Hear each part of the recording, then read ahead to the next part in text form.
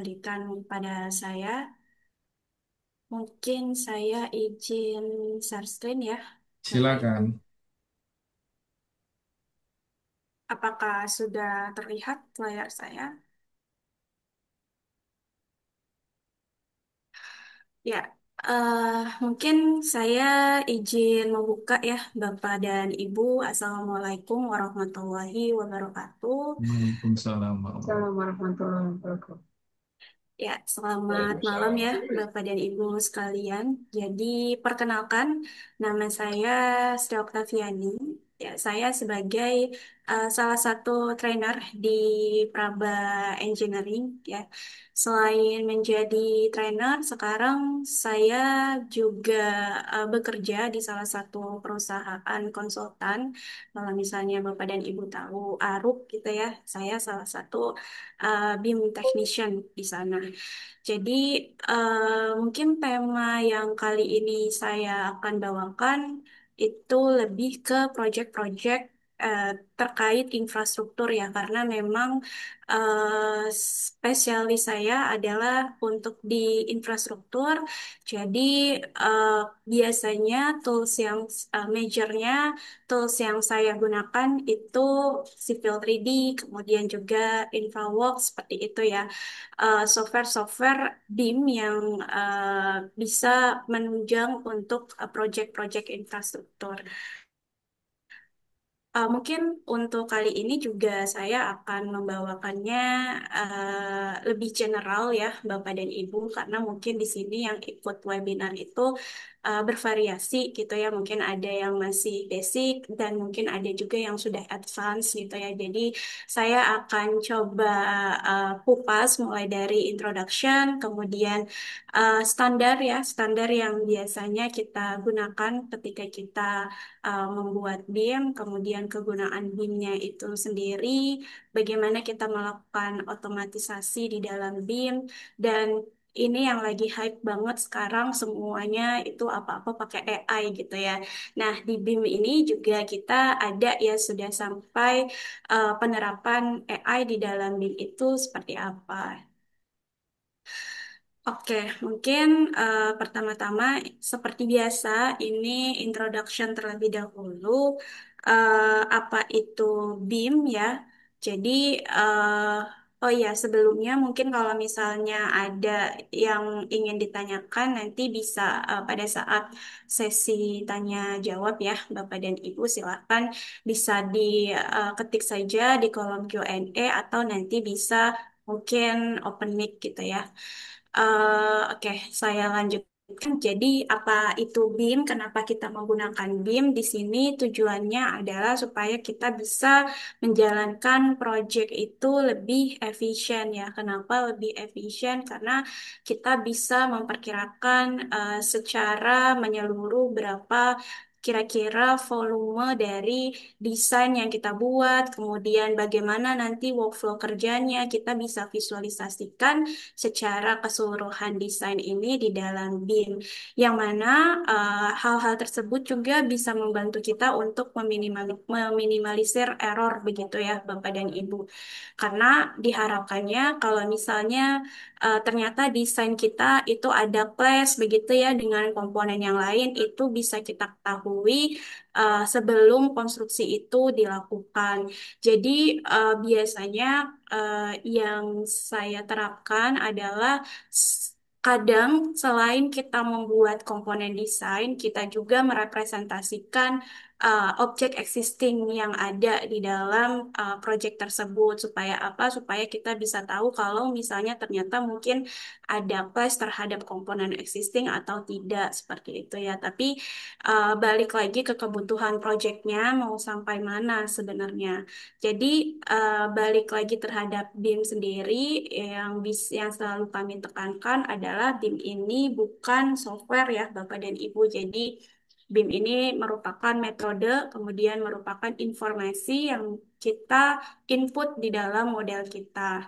Sedalam apa informasinya itu nanti tergantung sama level dari LOD yang kita terapkan. Level LOD juga itu tergantung dari project stage-nya sudah sampai mana gitu ya. Kalau misalnya kita lihat di sini, BIM itu bisa kita gunakan sejak uh, awal sekali project, mulai dari desain, kemudian kita membangunnya atau konstruksinya, sampai kita mengoperasikan aset yang ada begitu ya.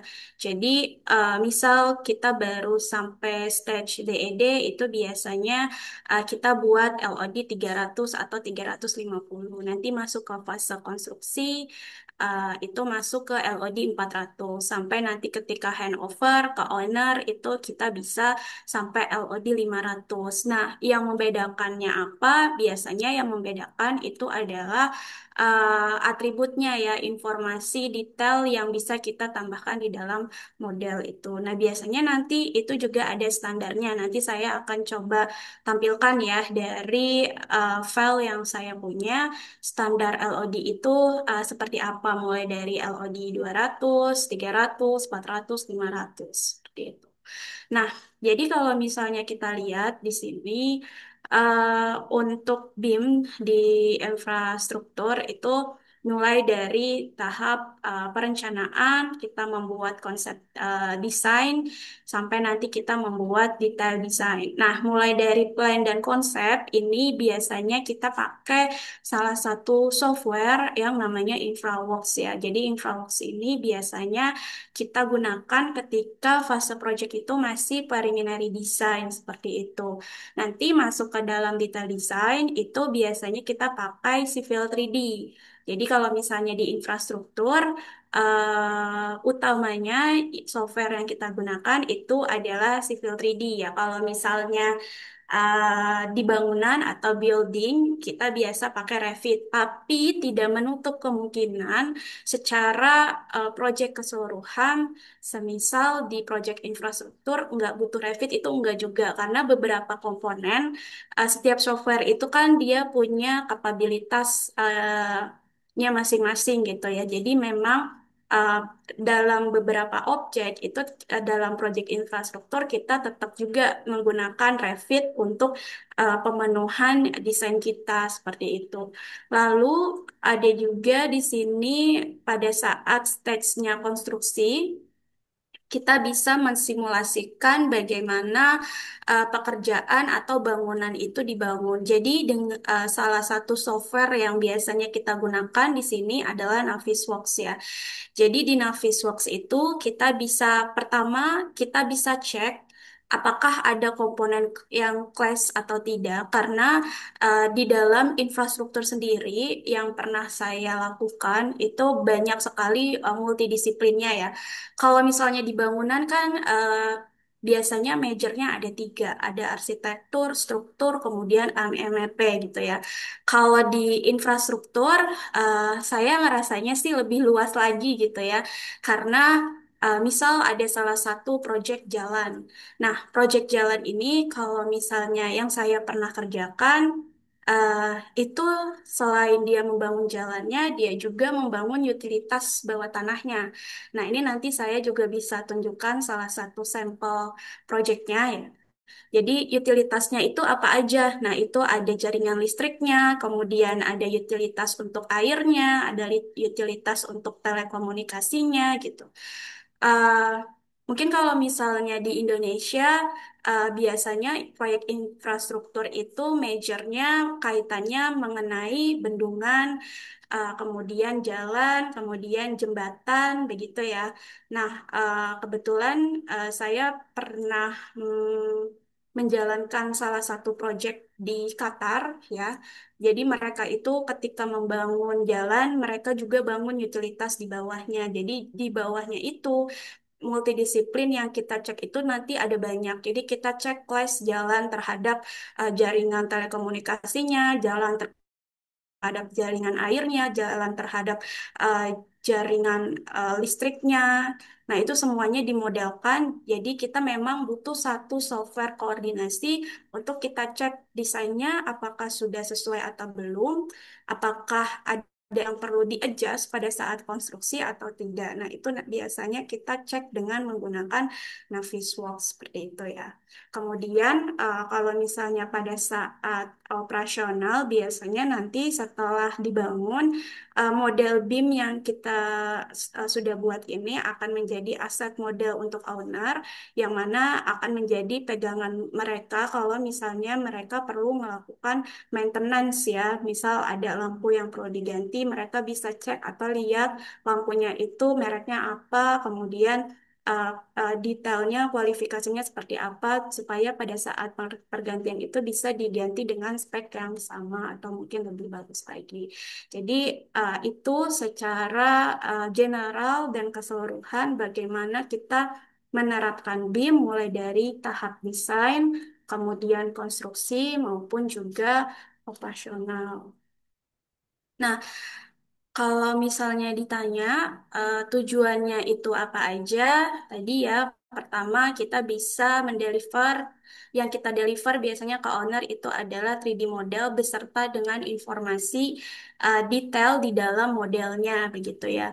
Kemudian dengan BIM ini kita juga bisa melakukan kolaborasi ya, jadi kolaborasi antar modelernya, dengan desainernya, dengan ownernya. Jadi biasanya kita rutin melakukan meeting setidaknya seminggu sekali untuk kita bisa koordinasi progresnya itu udah sampai mana, kemudian apa saja kendala yang bisa ada, apa saja kendala yang mungkin terjadi di lapangan, kemudian apa solusi yang bisa kita pecahkan dengan menggunakan BIM ini.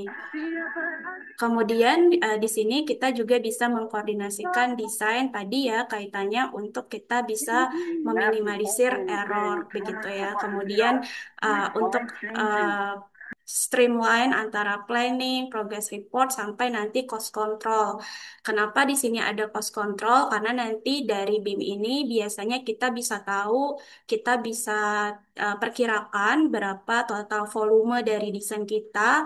Kemudian, misal kita menggunakan Navisworks, itu kita juga bisa lakukan pemodelan untuk bagaimana workflow kerja di lapangan. Misal ada bagaimana aturan penempatan material dan lain sebagainya, itu juga bisa kita lakukan di dalam BIM begitu ya. Dan tentu saja kalau misalnya untuk perusahaan-perusahaan yang sudah menggunakan BIM dan bisa mengimplementasikannya dengan baik, pasti kita juga bisa mendapatkan exposure yang baik secara segi komersial dan kita bisa mendapatkan kontraknya itu bisa lebih banyak atau lebih besar gitu ya. Kemudian dengan BIM ini kita bisa visualisasikan, jadi nggak cuma orang yang uh, pin yang tahu dalam segi teknisnya aja, tapi mungkin ada juga yang tidak terlalu paham teknisnya itu seperti apa, tapi bisa kita tunjukkan nanti visual dari proyeknya itu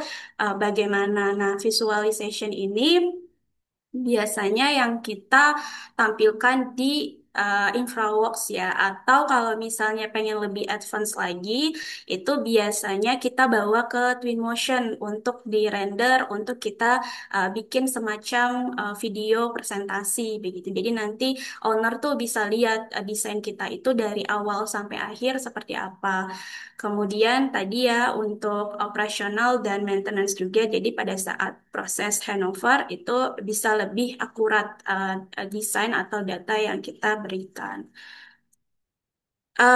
Ini kalau misalnya untuk implementasi BIM ya, pasti ada pertanyaan. Kemudian bagaimana caranya kita bisa mengimplementasikan BIM ini dengan baik. Tentu saja banyak yang perlu kita persiapkan ya, selain skill dan knowledge juga perangkatnya, juga softwarenya itu perlu kita persiapkan seperti itu ya.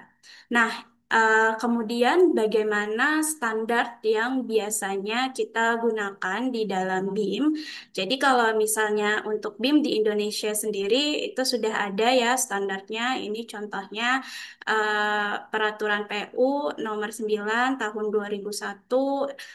Isinya itu bagaimana kita bisa mengimplementasikan BIM bagaimana kita bisa berkolaborasi di dalamnya dan syaratnya apa saja yang harus kita deliverable ketika kita menggunakan BIM di dalam project gitu ya. Jadi kalau misalnya kita kulik lagi lebih dalam, biasanya dokumennya apa aja sih yang kita persiapkan ketika kita mengimplementasikan BIM. Biasanya yang paling umum dan semuanya mungkin yang sudah terlibat dalam BIM tahu itu ya, ada dua dokumen ini ya, ada BEP kemudian juga ada EIR. Nah, BEP dan EIR ini yang nanti akan menjadi guideline kita ketika kita melaksanakan project dengan menggunakan BIM. Jadi di dalam BEP itu apa aja? Di dalamnya itu kita sepakati berapa anggota yang terlibat di dalam proyek, kemudian role-nya itu apa saja, kemudian software yang digunakan itu apa, workflow-nya pada saat kita melakukan submit dokumen untuk persetujuan itu seperti apa, semuanya itu dijelaskan dan dituangkan di dalam BEP. Jadi kita nanti tahu batasan pekerjaan kita itu sampai mana, begitu ya. Kemudian nanti di dalam kita deliverable model itu biasanya juga ada dokumen-dokumen yang harus kita lengkapi ya, seperti model MIDP ya, model information uh, development, kemudian ada juga kalau misalnya kita pengen submit itu ada form kayak QC ya, QC form yang harus kita lengkapi untuk memastikan bahwa model atau desain yang kita buat, yang kita deliverable dengan menggunakan BIM ini sudah sesuai dengan standar yang berlaku seperti itu. Nah, ini saya mengutip juga salah satu eh, mind mapping, bagaimana penerapan BIM karena ini infrastruktur. Jadi yang saya bawa ini adalah presentasi dari Bina Marga ya. Ini saya ambil dari papernya Mas Sena. Ada namanya Mas Heru Trisaksena. Beliau merupakan expert digital construction di Bina Marga. Beliau pernah membawakan materi ini di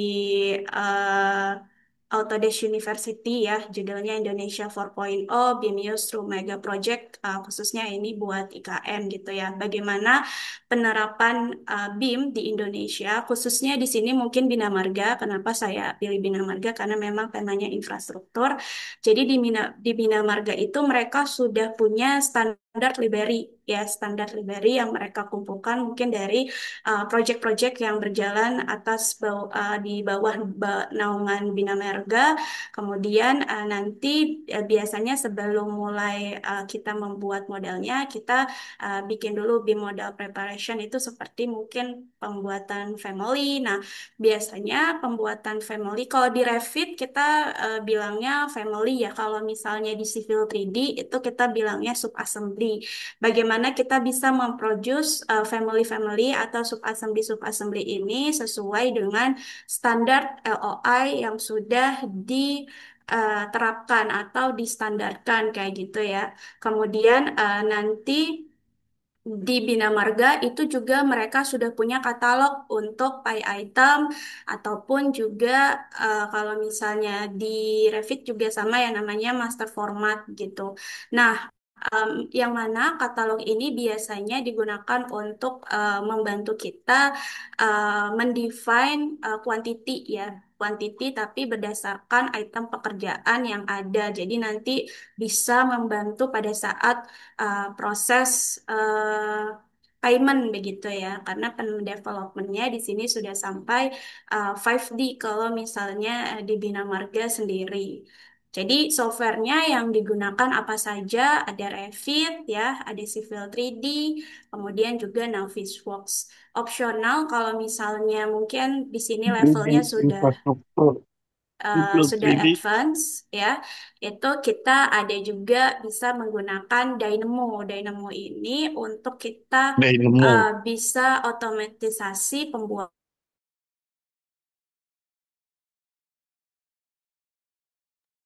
yang dia itu sifatnya repetitif atau berulang.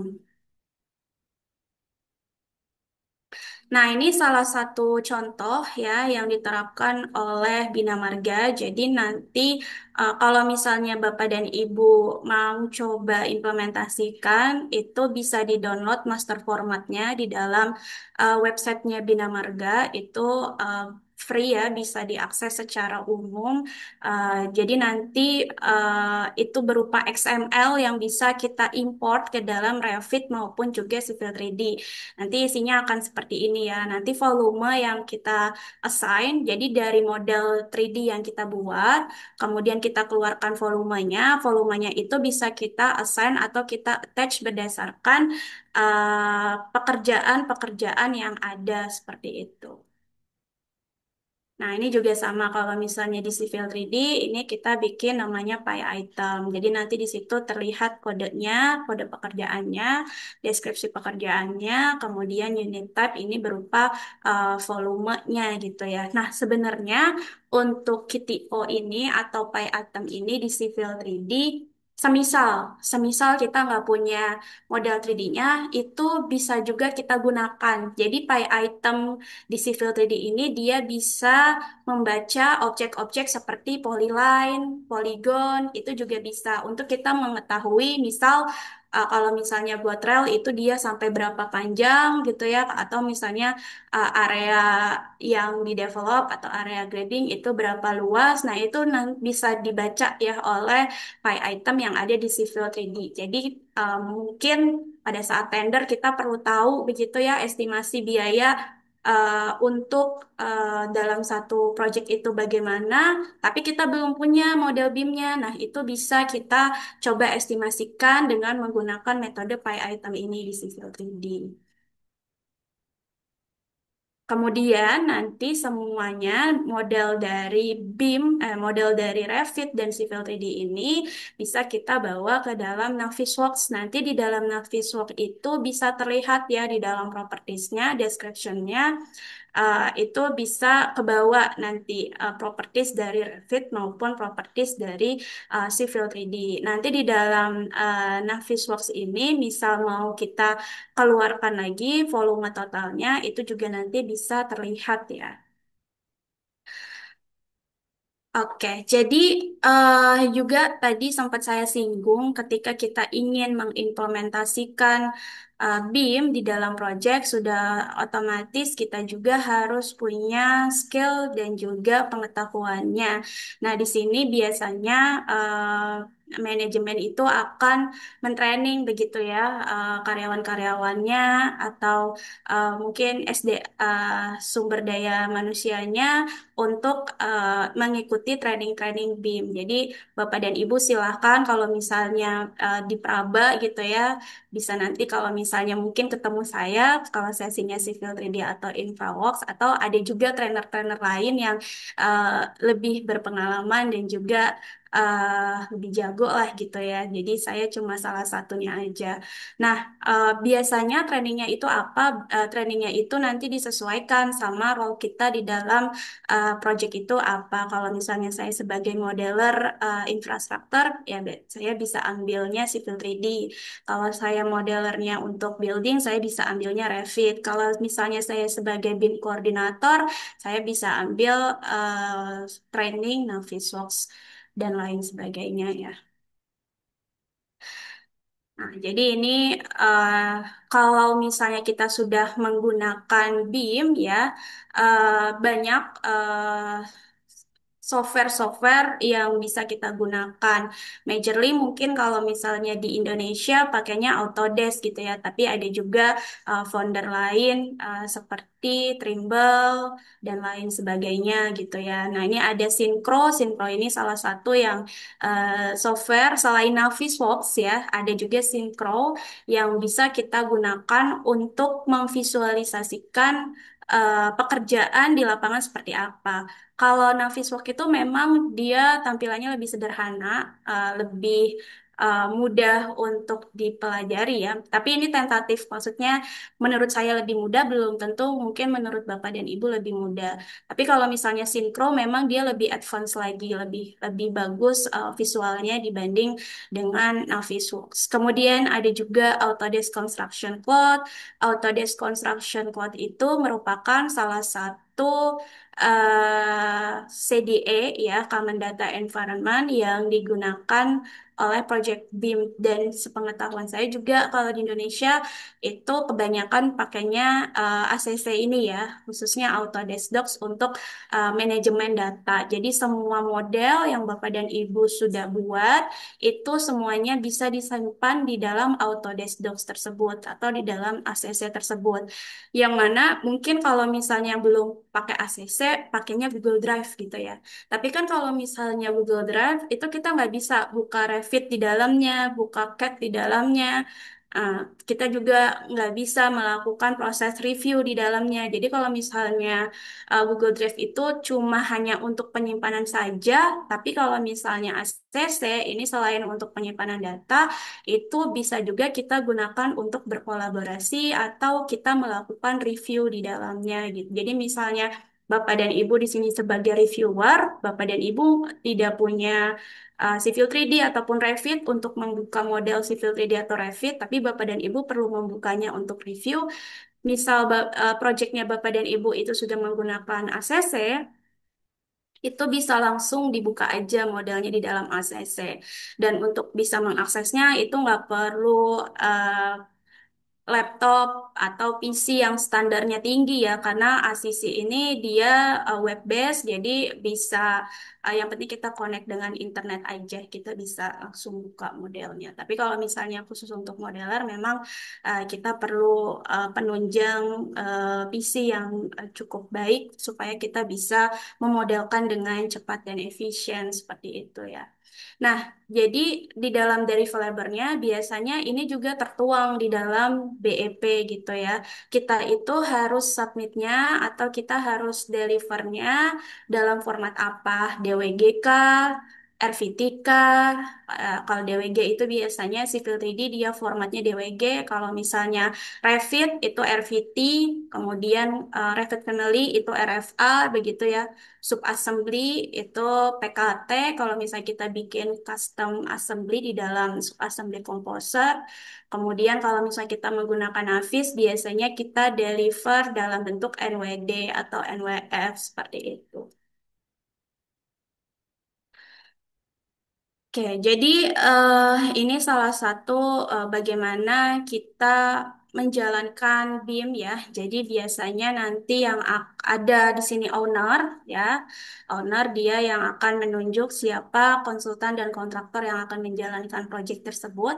Nanti konsultan dan kontraktor ini yang akan membuat modelnya. Nah, tergantung sama stage-nya. Kalau konsultan, ini biasanya dia bikin model sampai level LOD 350 ya, sampai dia level masih level DED. Tapi kalau kontraktor, itu biasanya dia bikin sampai level 400 ya, LOD 400, yang mana itu berarti sudah sesuai dengan uh, komponen yang dibangunnya di lapangan. Jadi mungkin dari 350 ke 400 ini mungkin akan ada revisi-revisi terkait dengan checklist yang sudah digunakan begitu ya, atau dilakukan begitu ya.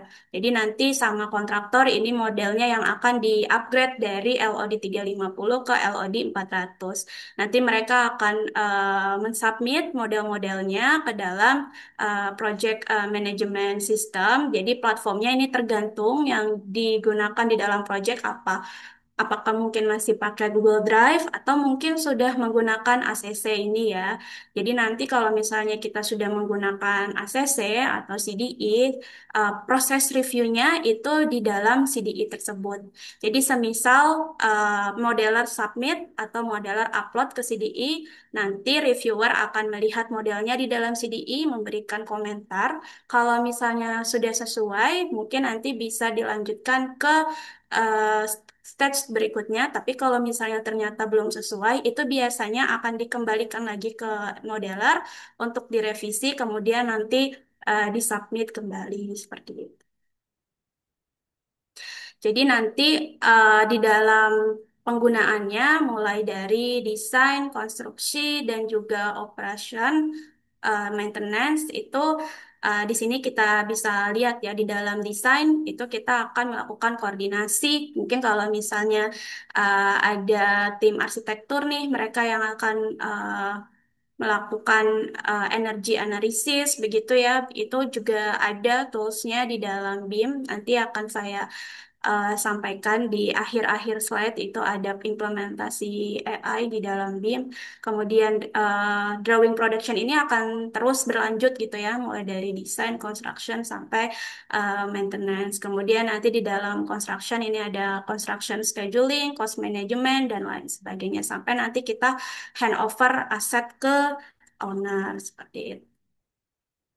Nah, ini yang biasanya kita implementasikan begitu ya. Jadi nanti di lapangan itu sudah ada juga mereka yang menggunakan AR atau VR untuk mereka memplacement model mereka di lapangan. Jadi mereka bisa tahu, nah pengecekan class terhadap komponen existing, semisal mungkin kita nggak punya model atau data aset yang bisa kita buat untuk membuat 3D model existing, itu kita bisa pakai bantuan VR atau AR ini untuk kita cek ya desain kita terhadap kondisi existing itu apakah terjadi clash atau tidak seperti itu. Nah, itu nanti lebih lanjut lagi sampai kita bisa mendapatkan digital twin. Digital twin itu jadi kita benar-benar megang modelnya itu sesuai dengan apa yang kita bangun di lapangan gitu ya. Nah, kemudian di dalam proyek itu kan mungkin kalau misalnya infrastruktur ya, infrastruktur jalan sepanjang mungkin 20 km, kita harus placement lampu jalannya atau PJU-nya. Itu kan biasanya iteratif ya, dan jaraknya itu biasanya konsisten ataupun mungkin ada beberapa yang berbeda, mungkin cuma di ujung-ujung aja atau satu dua. Nah, itu kita bisa menggunakan uh, dinamo. Jadi dinamo ini adalah level lanjutnya ketika kita implementasikan BIM supaya kita bisa memodelkan atau menyelesaikan model kita dengan lebih cepat. Cuma memang untuk penerapan dinamo ini butuh kita bisa tahu bahasa pemrograman. Cuma sebenarnya bahasa pemrograman yang dipakai di sini itu sudah disederhanakan ya. Kalau misalnya masih tahap-tahap basic atau dasar, Bapak dan Ibu pengen belajar, itu banyak juga skrip-skrip yang Bapak dan Ibu bisa cari, mau itu di website manapun. Kalau misalnya Bapak dan Ibu googling, misal ada kebutuhan untuk skrip tertentu, itu bisa dicari. Jadi nanti banyak forum-forum yang mendiskusikan mengenai Dynamo dan biasanya dia juga memberikan kalau misalnya memang mereka mau ya, mereka bisa upload skrip mereka, skrip itu juga bisa kita gunakan. Nah, ini salah satu contohnya penerapan dinamo untuk penempatan PJU ya atau lampu jalan. Nah, selain ini bisa juga dinamo itu kita gunakan untuk mungkin pembuatan box culvert ya supaya dia sesuai dengan elevasi surface-nya atau bisa juga kita gunakan untuk penempatan guardrail dan lain sebagainya. Nah, jadi biasanya data yang bisa dibaca oleh Dynamo ini adalah bisa juga dari Excel, tapi ini juga harus dibuat dulu gitu ya skripnya ya.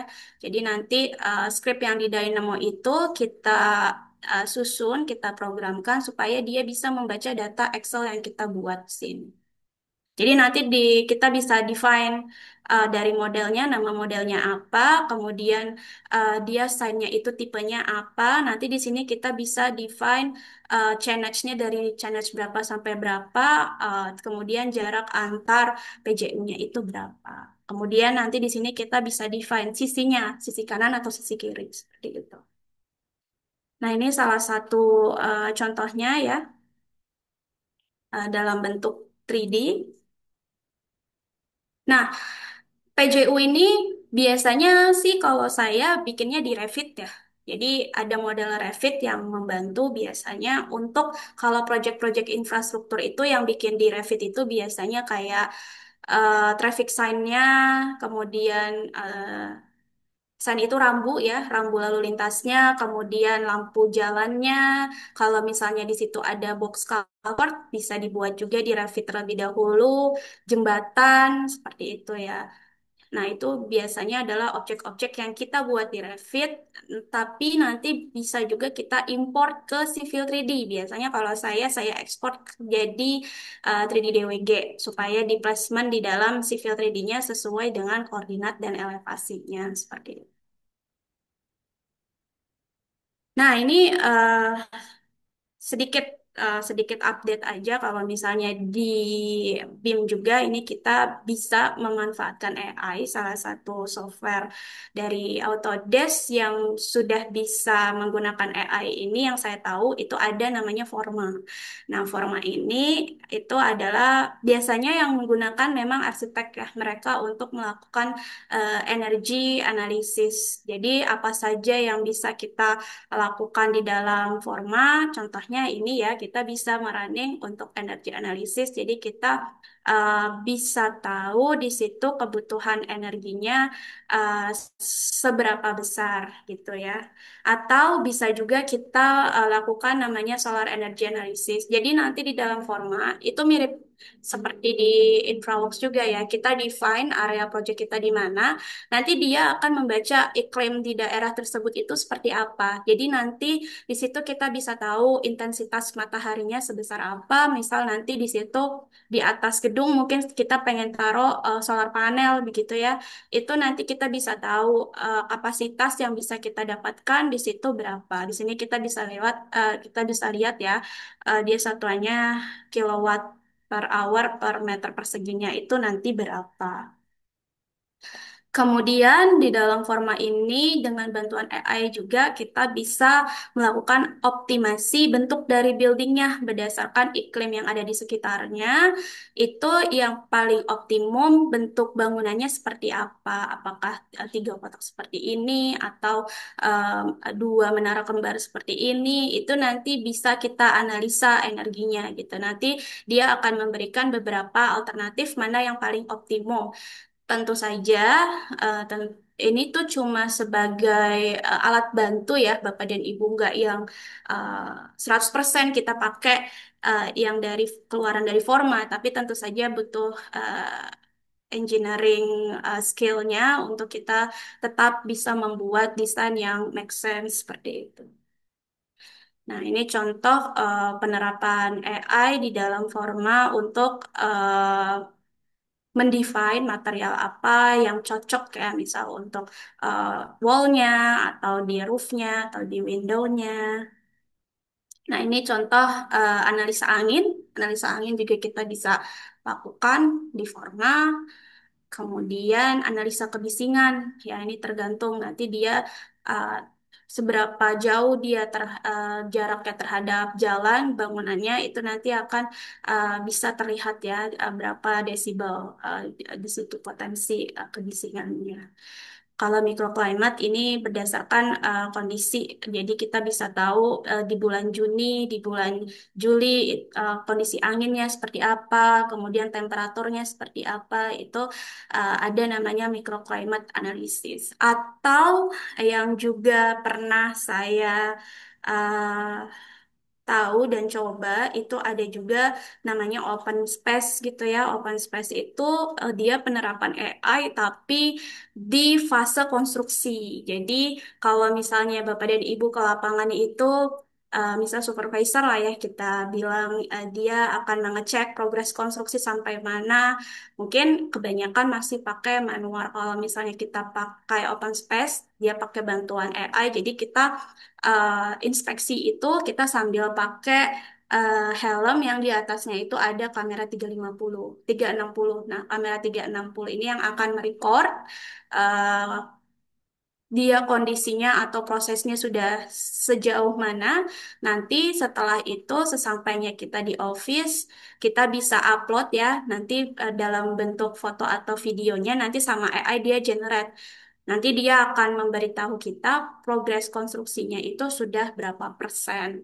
Jadi nanti bisa kelihatan kolomnya berapa persen, baloknya berapa persen, kemudian HVAC-nya berapa persen. Itu nanti bisa terlihat dibantu sama si AI-nya. Cuma memang uh, jadi waktunya itu kalau misalnya pada saat generate memang dia perlu text time gitu ya, perlu beberapa waktu, tapi kan bisa kita sambil kerjakan yang lain, tidak yang kita di depan laptop untuk mengenerate semua foto hasil inspeksi di lapangan itu tidak lagi dilakukan kalau misalnya kita sudah pakai teknologi AI tersebut.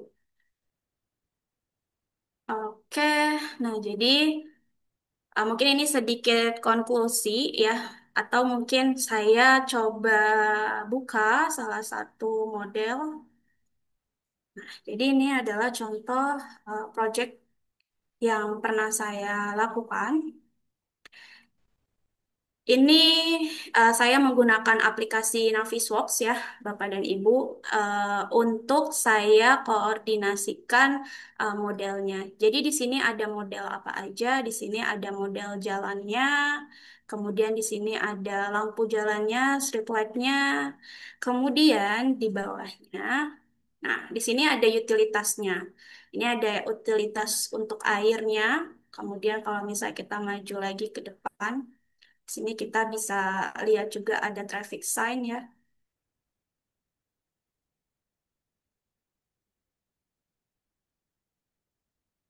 Nah, traffic sign ini yang kita define atau kita buat di Revit.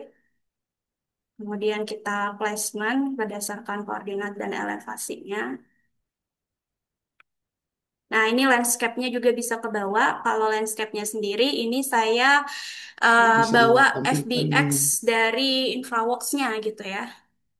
Kita lihat ke bawahnya, ini kita bisa lihat berbagai utilitas, ada ducting untuk utilitasnya. Jadi oh, di di screenshotnya sini kelihatan Bu. yang kita cek apakah terjadi bentrokan antar pipa atau tidak, gitu ya. Nah, jadi kalau misalnya kita mau cek class, di sini ada tools class detektif. Izin Nah, Bu, belum kelihatan tampilannya.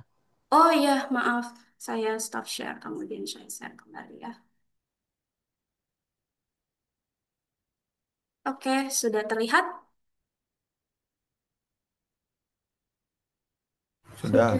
Oke, saya ulangi ya. Oke. Jadi ini adalah Navisworks ya, Bapak dan Ibu. Di sini saya koordinasikan model-model yang sudah saya buat seperti itu.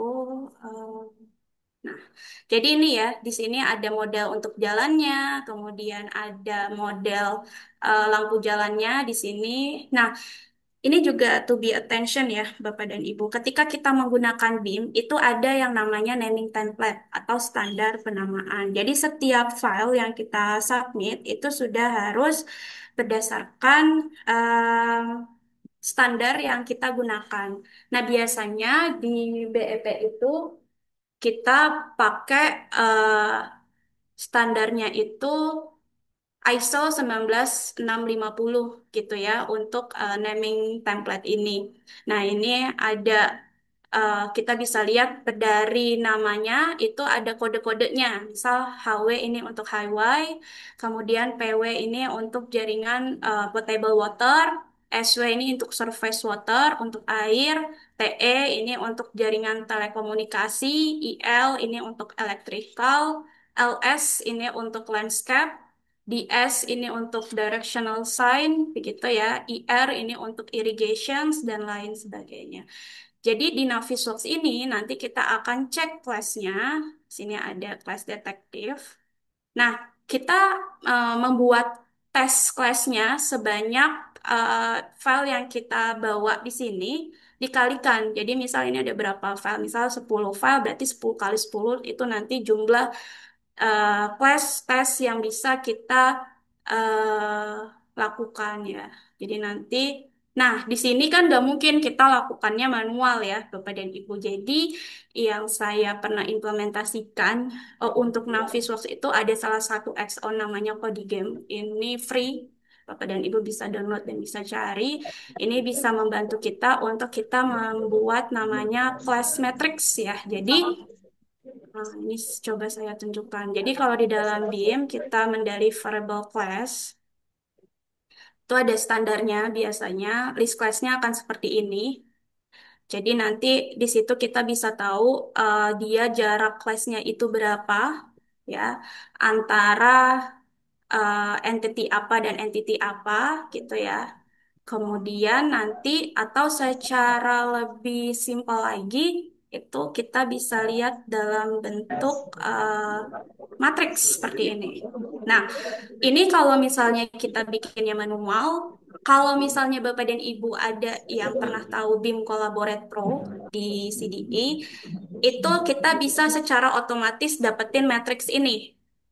Ya, jadi di dalam CDE, di dalam BIM Collaborate Pro, itu kita bisa dapetin class matrix seperti ini secara otomatis karena memang functionnya dia adalah untuk kita berkolaborasi dan berkoordinasi secara cloud. Tapi kalau misalnya kita masih manual ya, kalau misalnya Navisworks itu dia kita masih manual, kita bisa pakai bantuan Kodi Game ini untuk kita bisa produce class matrixnya. Jadi nanti kita bisa tahu nih antara highway sama surface water, misal dia itu ada berapa kelasnya. Antara electrical sama potable water itu dia ada berapa kelasnya. Itu nanti bisa langsung kelihatan gitu ya.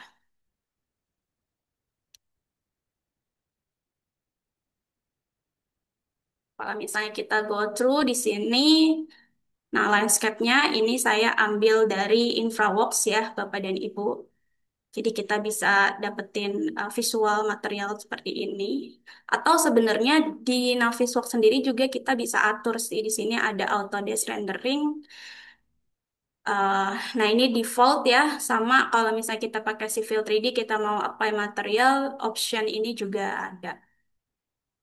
Jadi kita bisa pakai material yang ada di sini untuk kita assign ke dalam model kita. Misal ini model street light pengen kita assign dia materialnya di sini ada metal, aluminium, steel ini kita nanti tinggal pilih aja kayak gitu ya.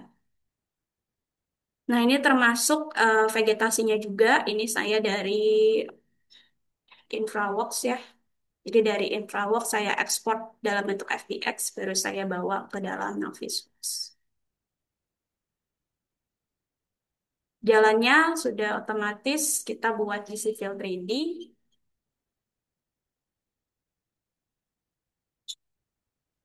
Di sini ada pond ya. Ini saluran yang membawa air nanti ke dalam pond di sini. Nah, kemudian kalau misalnya ada fence ya atau kayak pagar-pagar seperti ini bisa dibikin family-nya di Revit. Terus nanti kita ekspor, kita placement di Civil 3D berdasarkan elevasi dan koordinatnya.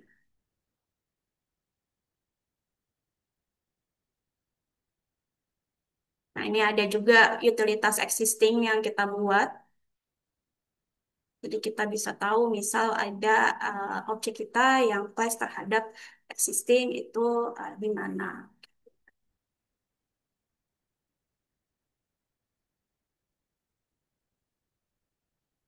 Kemudian lebih advance lagi kalau misalnya di situ ada utilitas ya, utilitas. Kalau di Civil 3D itu kan dia punya limitasi library kalau misalnya untuk pipe networks. Jadi kalau misalnya saya ke model Civil 3D, nah ini contohnya model untuk air ya, surface water yang saya buat di Civil 3D. Kalau kita lihat dalam bentuk konseptual view-nya, tunggu sebentar ya, Bapak dan Ibu. Jadi untuk utilitas ini pipa-pipanya saya buat di Civil 3D, kemudian ducting-ductingnya saya juga pakai koridor di Civil 3D, tapi untuk seperti manhole, kemudian catch pitnya itu kita pakai library dari Revit. Kita ekspor ke 3D Solid, ke 3D DWG, terus kita plasman ke sini. Kebetulan modelnya agak berat, jadi ketika saya ganti ke konseptual cukup butuh waktu ya. Nah, jadi kalau misalnya kita LOD, kalau penempatan atau desainnya itu cuma sampai LOD 300 atau 350, mungkin kita masih bisa pakai library yang ada di dalam Civil 3D ya. Biasanya kan sebelum kita atur, ini ada namanya part list ya. Nah, ini kita bisa pakai katalog yang ada di dalam Civil 3D. Nanti di sini kita bisa define valve-nya. Ada valve atau hydran ya. Sini sudah ada library-nya di dalam Civil 3D. Kalau misalnya kita LOD-nya masih LOD 300 atau 350, mungkin kita masih bisa pakai default-nya 300 lah gitu ya. Tapi kalau kita sudah implement sampai LOD 400, itu mungkin kita perlu bikin custom library. Nah, itu Civil 3D bisa juga membaca uh, family atau objek dari inventor. Jadi objek-objek di Civil 3D ini ya, library di Civil 3D ini itu semua dibuat dalam extension filenya, biasanya itu IPT atau IAM gitu ya, yang mana itu adalah keluaran dari inventor. Nah, jadi kita bisa bikin custom family-nya di dalam inventor. Nanti selesai dari kita bikin di inventor, kita bisa import ke Civil 3D-nya pakai bantuan namanya itu infrastructure part editor ya di sini. Nah, infrastructure part editor ini dia add-in terpisah. Jadi kalau misalnya Bapak dan Ibu mau pakai infrastructure part editor ini, Bapak dan Ibu harus install terlebih dahulu gitu ya. Atau kalau misalnya komponennya itu dari pressure network berupanya kita bisa juga pakai namanya katalog content editor. Nah, itu opsional aja tergantung kebutuhan kita itu objeknya apa. Nah, kemudian tadi kita dari tadi ngebahas LOD LOD gitu ya. Jadi bagaimana sih definingnya, perbedaannya antara LOD 200, 300 sampai 500 gitu ya. Nah, ini adalah salah satu dokumen dari karena saya pernah eh, implement project yang di Qatar. Jadi saya megang dokumen ini. Ini untuk sharing aja ya, Bapak dan Ibu. Kementerian mereka itu sudah punya standar ini, gitu ya. Jadi di PUPR-nya sana itu mereka punya ini tabel. Di sini tuh di dalamnya itu isinya kita bisa lihat. eh,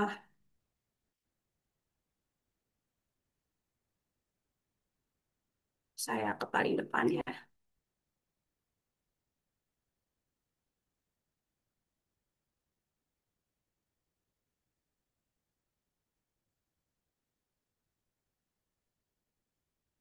Nah, ini isinya adalah list LOD untuk setiap objek yang di dalam project mereka. Nah, nanti di sini kita bisa pilih projectnya apakah building atau infrastruktur.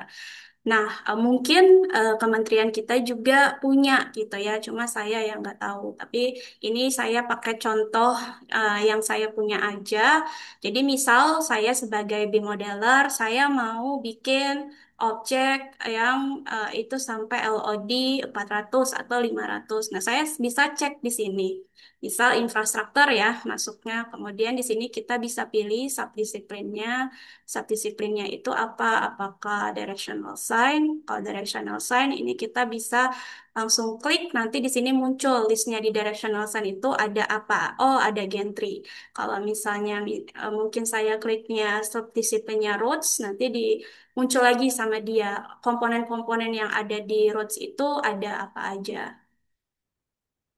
Nah, nanti ketika kita klik ya, jadi di sini udah tersusun berdasarkan unit class code-nya. Kalau kita klik, nanti kita bisa tahu.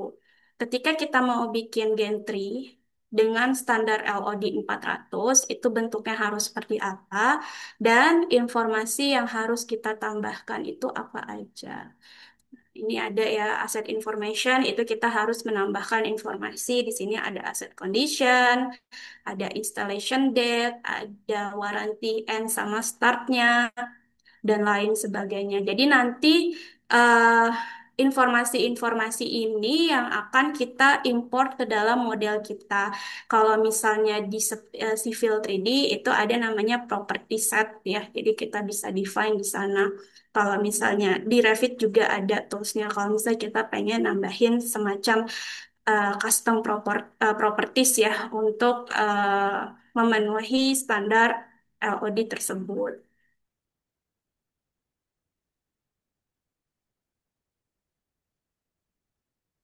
Kemudian nanti eh, dokumen di dalam BIM ada juga namanya MIDP ya, model element table.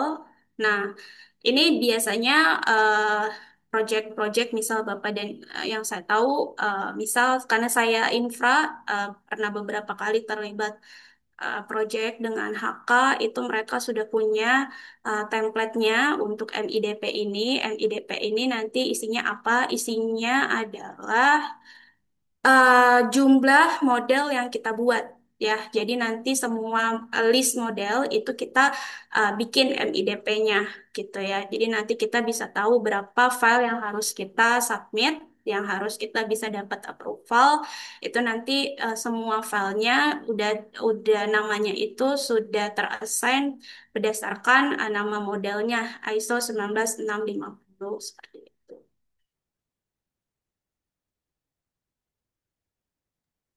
Oke, Atau juga teman-teman, 20 untuk menit lagi. ya, atau juga untuk kalau misalnya kita bikin kayak sub assembly ya yang custom-custom atau library family yang custom-custom itu kita list juga biasanya gitu. Nah, itu biasanya juga ada standarnya di dalam family itu dia harus parametrik, kemudian harus ada informasi ABCD-nya itu nanti sama ya seperti yang tadi Excel yang saya tampilkan itu eh, semua informasi ini harus ada di dalamnya biasanya. Nah, pengisiannya em, ini bisa manual, bisa juga otomatis kalau misalnya kita mau pakai Dynamo gitu ya. Nah, itu tergantung ya level implementasi kita sudah sampai mana. Jadi kalau misalnya mau saya simpulkan, eh, untuk implementasi BIM ini memang perlu support ya, baik itu di dalam internal company kita ataupun dari government-nya sendiri. Government biasanya mereka yang bikin standar atau policies-nya gitu ya. Jadi BIM-nya itu nanti nggak cuma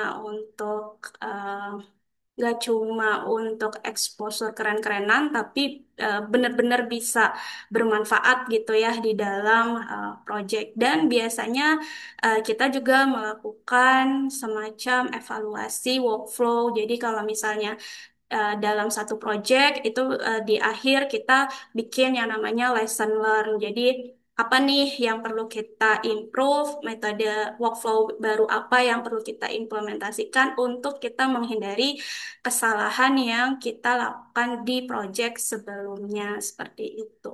Dan BIM ini luas sekali, jadi Bapak dan Ibu silahkan saja pilih fokusnya mau di mana, apakah mau di 3D modeling atau mungkin mau di scheduling atau mungkin lebih ke manajemen datanya. Semuanya itu ada gitu ya dan bisa Bapak dan Ibu pelajari. Straba salah satunya juga yang kita menawarkan jasa-jasa untuk kalau misalnya Bapak dan Ibu perlu training ataupun mungkin pendampingan untuk implementasi BIM di dalam project seperti itu. Mungkin itu ya eh, yang bisa saya sampaikan. Sepertinya sudah banyak juga yang saya sampaikan.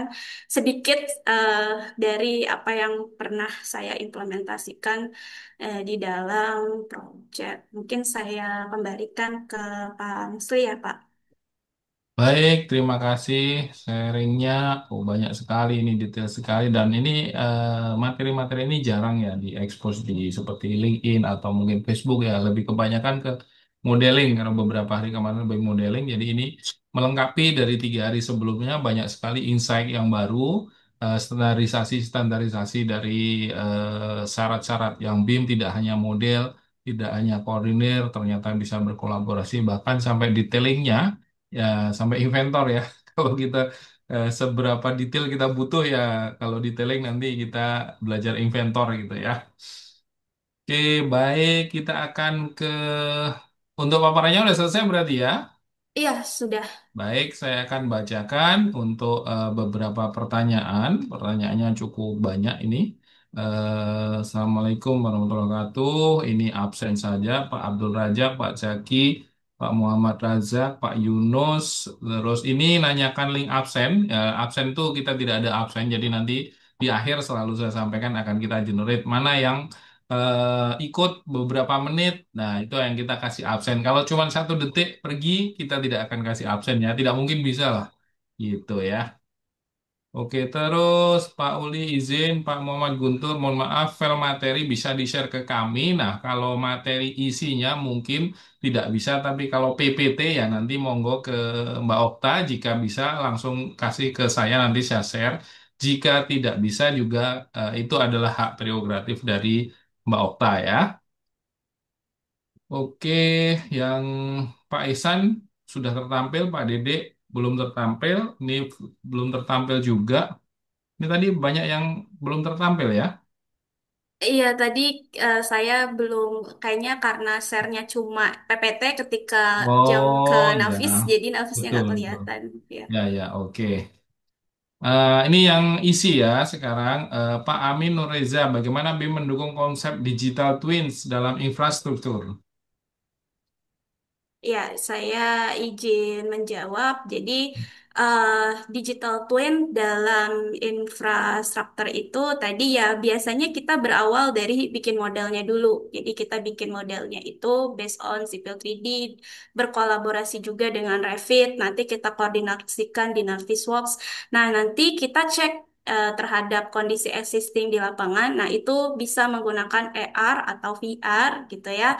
Itu nanti kita bisa placement desain kita langsung di dalam site-nya. Jadi nanti di situ kita bisa cek dalam rangka pembuatan digital twin-nya.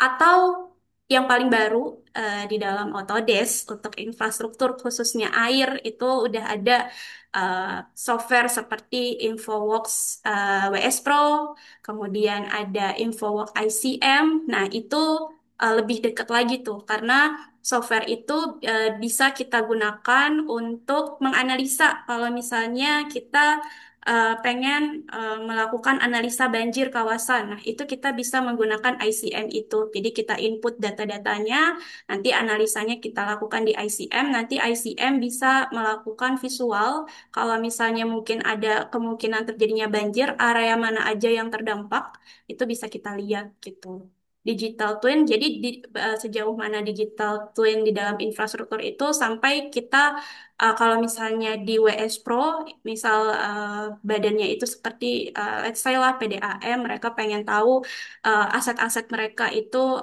masih bekerja dengan baik atau tidak, itu bisa kita simulasikan di dalam WS Pro tersebut gitu. Asal kita punya datanya sebenarnya kalau kita pengen mengimplementasikan digital twin kayak gitu sih. Oke, baik, terima kasih. Yang lainnya adalah tadi info bahwa belum di-share. Langsung saya ke Pak Muhammad Iqbal. Izin untuk Nevis bisa langsung membuat quantity take off. Ya, kalau misalnya di Nevis, biasanya kita harus define dulu volumenya dari Revit-nya atau Civil 3D-nya. Nanti dibantu di dalam Nevis itu ada tools quantity take-off, itu nanti kita bisa pilih standarnya, nanti di situ kita define based on material, bisa juga nanti di situ kita pakai formula gitu ya, misal kita pengen hitung volume tertentu atau luasan tertentu, itu juga dimungkinkan di dalam Navisworks. Dan keuntungannya lagi juga kalau di Navisworks itu kan kita bisa ada kolom yang tersedia untuk cost. Jadi kalau misalnya kita pengen tahu cost secara total ya, bukan secara detail material secara total, itu bisa juga kita tampilkan di dalam Navisworks. Nah, kayak gitu. Terima kasih. Dari Lila Ayuratna Winanda, untuk sampai pada analisis noise, wind, microclimate tadi menggunakan apa ya? Itu pakai Forma namanya. Forma Oke. di Autodesk itu salah satu eh, tools yang bisa kita gunakan untuk melakukan energi analisis dan itu dia cloud based ya. Cloud based biasanya sih kalau misalnya Bapak dan Ibu eh, purchase license untuk Autodesk Docs, seingat saya sih bisa langsung dapat formatnya ya. Jadi itu nanti bisa dicoba-coba dibikin di sana. Jadi biasanya workflow-nya itu kita define dulu set areanya itu di mana, nanti dia akan membaca koordinat dan juga iklim data iklim di sekitarnya. Jadi kita bisa menganalisa bagaimana wind analisisnya, tadi solar analisis dan lain-lain seperti itu. Oke, berarti basement pemetaan seperti Infraworks itu ya kita siapkan lokasinya dulu gitu ya. Iya, betul. Baik, siap. Oke, selanjutnya untuk desain perpipaan plus manhole untuk jalan lebih enak modeling langsung Civil 3D atau di Revit terus import ke Civil 3D ya. Nah, tadi sebenarnya sudah Nah, dijawab ini ya. iya, tergantung LOD-nya, Pak Iqbal. Jadi kalau misalnya LOD-nya baru LOD 300, mungkin bisa pakai default library yang ada di dalam Civil 3D. Tapi kalau LOD-nya udah sampai LOD 400 atau 500 yang dia butuh detailing tinggi, itu bisa pakai Revit. Pakai Revit itu biasanya kita ekspor ke 3D DWG, terus nanti kita placement satu-satu manual sih memang kalau misalnya di Civil 3D-nya. Atau kalau Revit mungkin masih terbatas lagi tools-toolsnya bisa juga pakai Inventor lebih advance lagi untuk pembuatan library-nya kayak gitu. Jadi tergantung LOD-nya sih, tergantung udah stage-nya itu apakah masih di DED atau mungkin sudah construction kayak gitu. Oke, baik. Ini dari Firda, izin standar LOI boleh di-share? Kalau LOI karena ini terbuka ya dalam artian dari government-nya sendiri itu bisa diakses secara umum. Kalau memang butuh nanti bisa saya share. Baik, nanti minta bantu share linknya ya. Oke. Oke, ini Pak Azhar tidak ada pertanyaan, sangat menarik. Ini untuk Pak Razak. Apakah pendetailan jembatan yang dibuat lebih detail Revit atau Civil 3D? Oke, tadi sudah disinggung, silakan dijawab lagi. Ya, kalau jembatan memang Revit sih, Pak. Kalau jembatan itu eh, biasanya memang advance-nya kita bikin semuanya di Revit, mulai dari pier-nya. Kalau di Civil 3D itu paling cuma koridornya aja. Jadi pier-nya, abutmennya, mungkin di situ ada bearing-nya, itu semuanya di Revit. Nah, kalau misalnya masih dalam tahap konseptual, itu bisa pakai InfraWorks. Nah, itu ketika kita bikin jembatan di InfoWorks, itu nanti dia langsung otomatis kita bisa dapat seperti pier-nya, kemudian girdernya, bearingnya, sampai pondasinya itu bisa kita dapetin di InfraWorks. Nanti dari InfraWorks kalau mau dibawa ke Revit itu juga bisa pakai add-on gitu. Baik, yang biasanya Civil 3D untuk acuan geometriknya aja ya, secara Mm-mm. detailnya. Oke, lanjut ke Pak Bandirianto. Apakah Civil 3D bisa desain flow line pipa distribusi BBM? Oke, bisa kalau misalnya jadi civil pipa yang kita bikin di civil 3D itu biasanya underground pipe yang dia butuh acuan elevasi mungkin berapa meter dari surface atau dari ground. Tapi kalau misalnya pipanya itu bentuknya seperti vertikal ya, pipa-pipa di bangunan itu kita bikinnya di Revit, ada Revit MEP kayak gitu. Jadi kalau misalnya yang Bapak maksud itu adalah pipa untuk underground. Nah, itu kita bisa pakai Civil 3D. Tapi kalau misalnya pipanya itu vertikal, itu lebih enaknya di Revit sih gitu. Oke, baik Pak Julfiansa. Izin bertanya, saya background dari mechanical, apakah bisa terjun ke BIM? Jika iya, pelatihan yang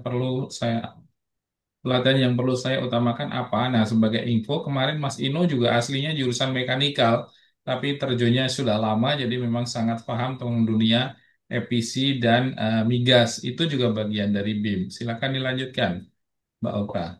Iya, eh, kalau saya tidak salah ya, kalau mechanical itu kan biasanya pegangannya inventor ya. Nah, Mm-mm. inventor ini itu tadi bisa kita gunakan untuk membuat library-library atau family-family yang memang dia detail. Nah, jadi kalau misalnya Bapak pengen fokus ke BIM, Tapi masih dengan background mechanical, Bapak bisa dalemin inventornya. Nah, biasanya memang mungkin kalau di Indonesia implementasinya masih terbatas ya, tapi kita kan sekarang sudah global ya. Kita bisa ambil kerjaan secara remote kalau misalnya Bapak bisa eh, detailkan atau bisa dalami di sana banyak project yang memang pakai inventor untuk pembuatan family itu di Middle East ya kayak mungkin di Mesir atau kayak saya tadi itu di Qatar. Kita kan barangkali rezeki Bapak di sana jadi nanti bisa dapat opportunity yang lebih bagus kayak gitu. Nah, itu siap menambang petrodolar ya. Jadi mungkin inventor ini sangat detail. Tadi secara global, jika pada trainingnya yang banyak, mungkin ke Revit, basic arsitek sedikit, struktur sedikit, lalu didalemin MEP-nya.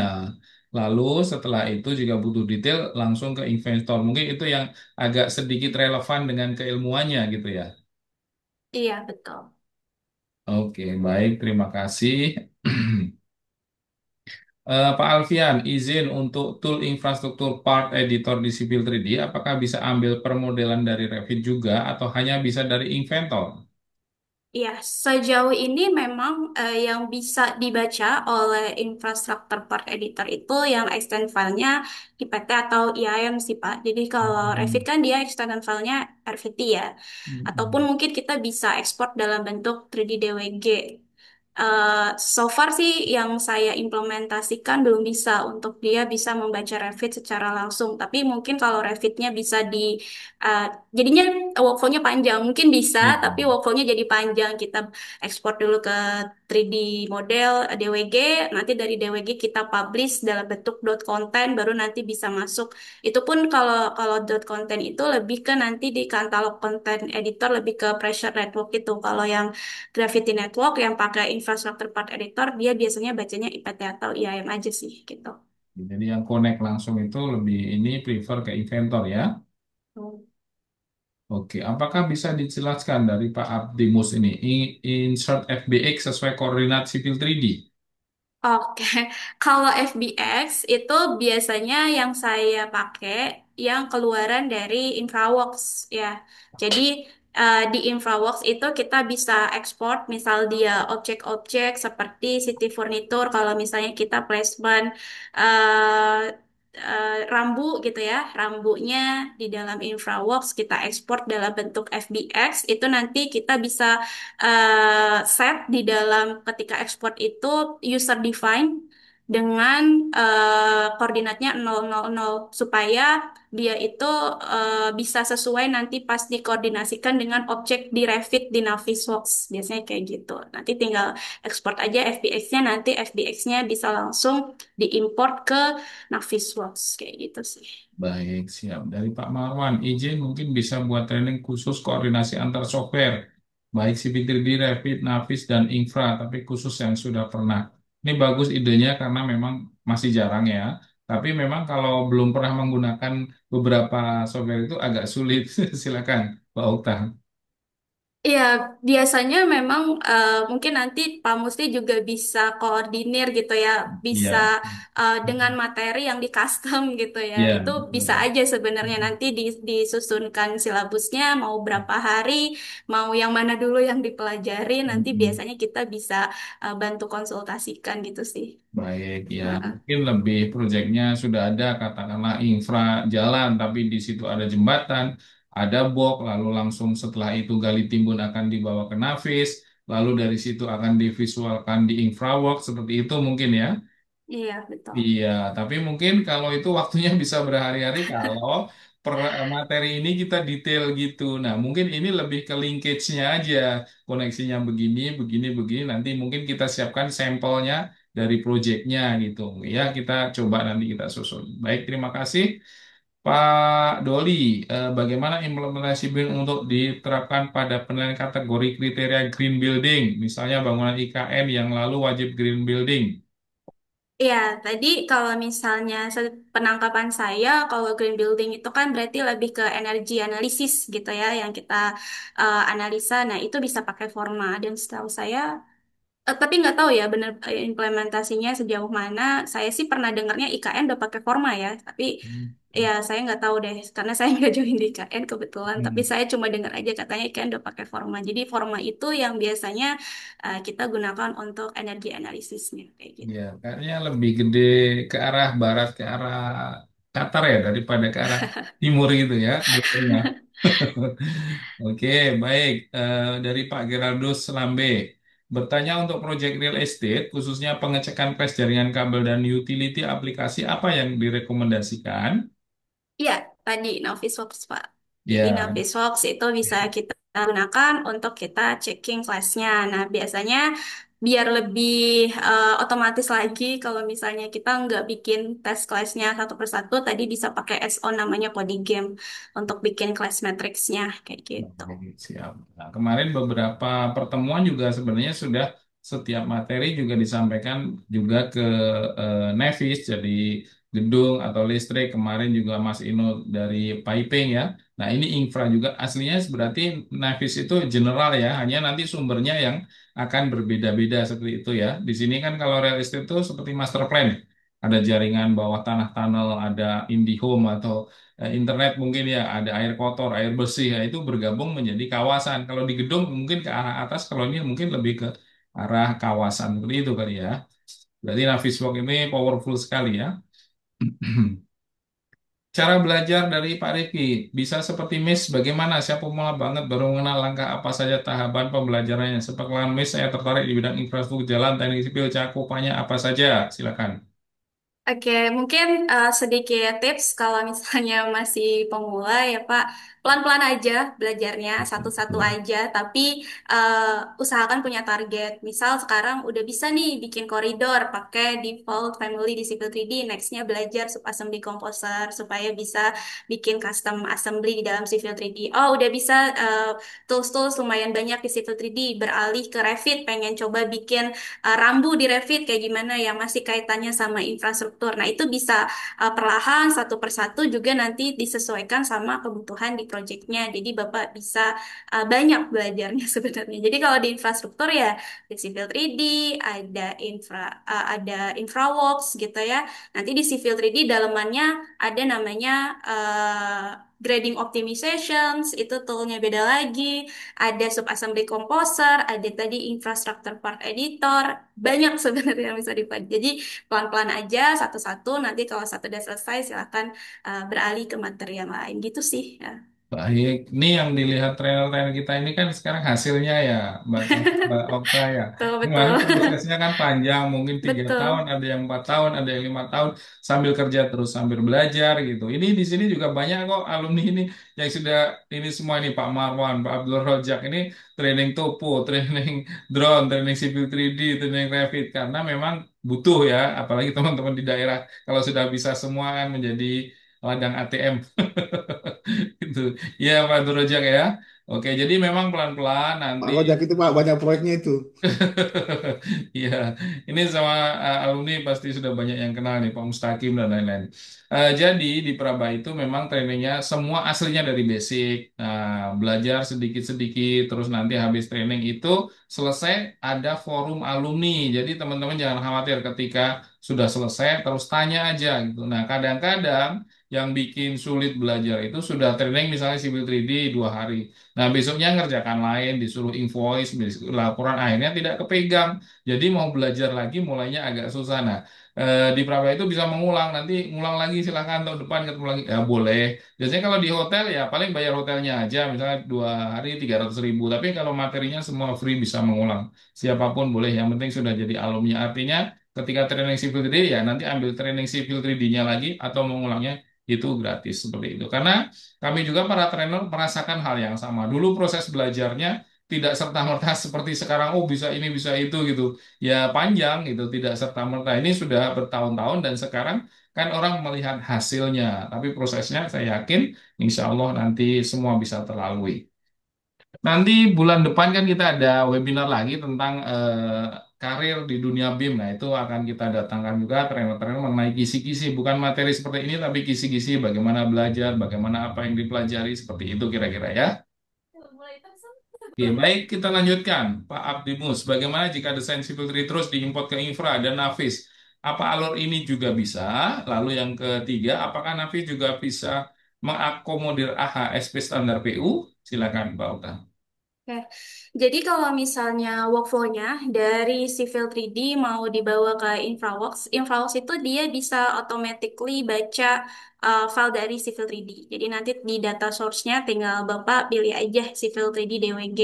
Atau kalau misalnya accidentally ada kendala tertentu, dia nggak bisa baca format Civil 3D langsung, bisa diekspor dalam bentuk IMX. Kayak gitu. Kalau misalnya mau dibawa ke Navisworks, itu biasanya kita ekspor jadi 3D solid dulu. Supaya apa? Supaya biasanya kan kalau misalnya model sipil itu ada surface-nya, ada polyline dan segala macam. Itu kalau nggak kita ekspor dulu, takutnya nanti jadi objek-objek yang tidak kita perlukan di dalam ke Navis itu masuk gitu kan. Jadi biasanya bikin satu folder yang dia tuh hasil ekspor 3D solidnya, baru nanti 3D solidnya yang kita bawa ke Navis. Kemudian, apakah Navis bisa mengakomodir AHSP standar PU? Tadi yang awal saya sampaikan, misal case-nya di Bina Marga, mereka udah bikin katalog XML-nya. XML-nya itu bisa diimport ke dalam Navis. Jadi, Bapak nanti tinggal assign aja dari 3D model yang udah diimport ke Navis, kemudian di-assign ke XML list-nya, kayak gitu. Jadi, nanti bisa kelihatan volumenya di situ berapa. Gitu. Baik, terima kasih. Berikutnya dari Pak Yendra, apakah ada add-on khusus real time untuk sinkron model antar software Autodesk? eh ini software Autodesk tuh banyak ya, Bapak dan Ibu. Ya, tergantung. Kalau misalnya kayak dari Civil 3D ke InfraWorks itu nggak perlu add-on. Kayak dari Revit ke InfraWorks itu nggak perlu add-on. Biasanya sih mostly kalau sama-sama software Autodesk nggak perlu add-on sih. Kecuali mungkin eh, dari vendor yang lain, entah itu dari kayak Tekla atau dari kayak Trimble gitu-gitu mungkin perlu add-on. Tapi kalau mostly sesama Autodesk sih dia nggak perlu add-on sih gitu. Oke, baik. Mungkin kalau yang instan itu bisa di Navis, instan lokal ya, artinya Civil 3D, Revit, update, otomatis sedot lagi di Navis, Betul. bisa update. Tapi kalau by server mungkin lewat CDE itu bisa. Oh iya, heeh. Ya, cuman ya fungsinya untuk mengamati, memodifikasi, mereview, dan lain, bukan untuk dipakai kerja dan modeling ya. Ya. Tapi Oke. kita bisa buka buka model CDE-nya langsung di Civil 3D. Jadi ketika Oh kita ya. selesai selesai modif, dia langsung otomatis ke server, langsung otomatis ke save di cloud kayak gitu. Di cloud ya. Oke. Nah, itu pakai add-onnya desktop connector biasanya yang harus diinstal. Oh ya, berarti ada Ya, satu konektor tapi berbasis cloud itu ya, ya, desktop betul. konektor. Baik, terima kasih Pak Hisham. Izin bertanya, apa indikator utama yang dapat digunakan untuk menilai tingkat kompetensi seseorang dalam menguasai BIM, baik teknis, manajerial, kolaboratif maupun analisis, khususnya dalam konteks proyek konstruksi di Indonesia? Waduh, luas nih pertanyaannya. Silakan. Iya, biasanya sih eh, yang saya tapi kalau misalnya salah silahkan di ini ya. Yang Ya. saya tahu biasanya ya kita udah punya sertifikat apa gitu kan ya. Sekarang kan bahkan di LPJK sendiri kita udah bisa tuh ambil training yang khusus untuk BIM. Nah, tergantung sama tingkatnya apakah mungkin masih eh, ahli muda, ahli madya itu di Indonesia udah ada. Tapi yang sudah lebih dulu itu biasanya saya ikut namanya ACP ya, Certification for Professional. Nah, itu dia tergantung Bapak mau ngambilnya buat yang Civil 3D kah, buat yang Revit kah, itu ada. Bapak bisa langsung ambil, itu di websitenya ada, kemudian biasanya mereka lebih ketat lagi. Jadi kalau misalnya nggak lulus ya hangus gitu dalam artian kita nggak dapat sertifikat gitu. Ada yang sampai berkali-kali coba baru Saya dapat, ada berkali-kali. yang ada yang sekali coba langsung dapat gitu. Tapi biasanya sebelum ikut ACP itu biar kita nggak buang-buang uang karena lumayan mahal juga, itu ada kisi-kisinya yang bisa kita pelajarin. Jadi itu bisa kita pelajari dahulu dari kisi-kisi walaupun ya sebenarnya sih persentase yang keluarnya mungkin cuma 30% dari Ya, kisi-kisi ya, soal-soal yang betul. sama. Tapi kalau kita memang sudah mumpuni dan sudah pede untuk ambil ACP-nya, ya bisa aja gitu. Biasanya sih dari situ sih yang saya tahu. Baik, kalau di internasional memang yang keluaran dari Autodesk ini bisa untuk kerja di luar negeri. Contohnya Mbak Okta ini bisa mengerjakan proyek-proyek dari luar negeri karena secara umum ini sudah standarisasi internasional. Ketika bisa menyelesaikan soal-soal ACP berarti sudah bisa mengerjakan dengan sesuai standar yang sama dimanapun berada gitu. Nah, namun kalau yang lokal seperti LPJK itu syarat untuk dalam negeri misalnya untuk tender dan lain-lain ya memang ada SKK BIM seperti itu. Nah, ke depan mudah-mudahan kita bisa juga mengadakan dan menjadi TUK SKK BIM bisa membantu kawan-kawan untuk mau membantu tender gitu ya. Nah, mudah-mudahan SKK BIM ini tidak seperti SKK ahli yang lain ya karena pengalaman saya di bidang-bidang lain cuman presentasi aja langsung dapat sertifikat SKK bidang gitu. Oke. Memang seperti itu, Pak. Sepertinya seperti itu karena saya sempat tanya ke LSP itu, malah standarnya yang bisa jadi asesornya juga yang manajemen. Jadi kok kayak mana nyambungnya gitu, Pak? Ya, jadi memang masih beberapa banyak untuk yang asesor BIM itu berbasis ke manajemennya seperti ISO-nya gitu, bukan operasionalisasinya. Ya, mungkin nanti kita bisa sedikit kan rencana ada diskusi sama I2MI, GAPESI dan lain-lain. Mudah-mudahan nanti kita bisa memberi masukan bahwa asesornya juga harus yang kompeten gitu, baik secara modeling ataupun secara administrasi ataupun manajemen gitu ya. Mudah-mudahan kita Yang harapan kita SKKN bersama. yang perlu dirubah itu, Pak. Baik, gitu. Kita lanjutkan ya untuk posisi Pak Abdimus. Apakah data pemain drone LAS bisa difilter di InfraWorks? Ya, kalau data drone itu yang saya tahu biasanya bisa itu di recap, Pak. Oh, iya. Autodesk Recap ya, itu ada recap foto atau ada recap pro. Recap foto itu untuk data drone ya, recap pro itu untuk LiDAR. Kalau di InfraWorks sih kita cuma bisa visualin aja hasil surface-nya seperti apa, tapi kalau untuk filtering nggak bisa sih. Itu ada di aplikasi terpisah lagi Ya, gitu. dari recap nanti outputnya bisa dibawa ke InfraWorks untuk hasil baik dari untuk mappingnya atau konturnya itu bisa dibawa ke InfraWorks ya. Tapi sesudah di output dari recap gitu ya. Betul, betul. Oke, baik, terima kasih. Nanti share materi beserta contohnya, baik, nanti tidak usah dijawab, ini nanti kalau bisa langsung kirim, kalau enggak juga enggak apa-apa. Izin bertanya dari Pak Nur, apakah Praba juga menyediakan SKKBNSP ahli jenjang 678? Saat ini belum. Nah, ini baru minggu depan saya akan ngobrol sama orang Gapensi, nanti kalau sudah ada, nanti kita info ke grup ya. Oke, dari Pak Faris, kalau saya buat 3D jembatan di Revit, lalu share koordinat sipil 3D, masukkan koridornya, apakah nanti di long profile langsung muncul? Lalu kalau habis dari sipil 3D export ke infraworld, apakah jembatannya juga muncul? Silakan. Ya. Jadi kalau misalnya Bapak bikin Revit di, sorry, bikin jembatan di Revit, kemudian mau dibawa share koordinat eh, ke Civil 3D dimasukkan ke koridornya. Biasanya jadi jembatannya kita ekspor jadi 3D DWG gitu ya. Nanti kita import ke dalam Civil 3D, kemudian nanti di eh, long profile ya, profile di dalam Civil 3D itu dia bisa memvisualkan jembatannya gitu ya. Jadi nanti ada pilihannya eh, pilihannya itu kalau nggak salah pokoknya Objek, bisa pilih objek ya view ya, objek objek to eh, profile gitu ya. iya objek to profile gitu ya.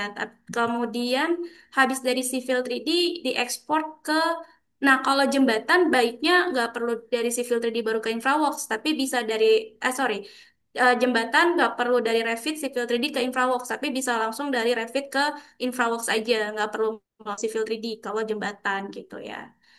Gitu sih.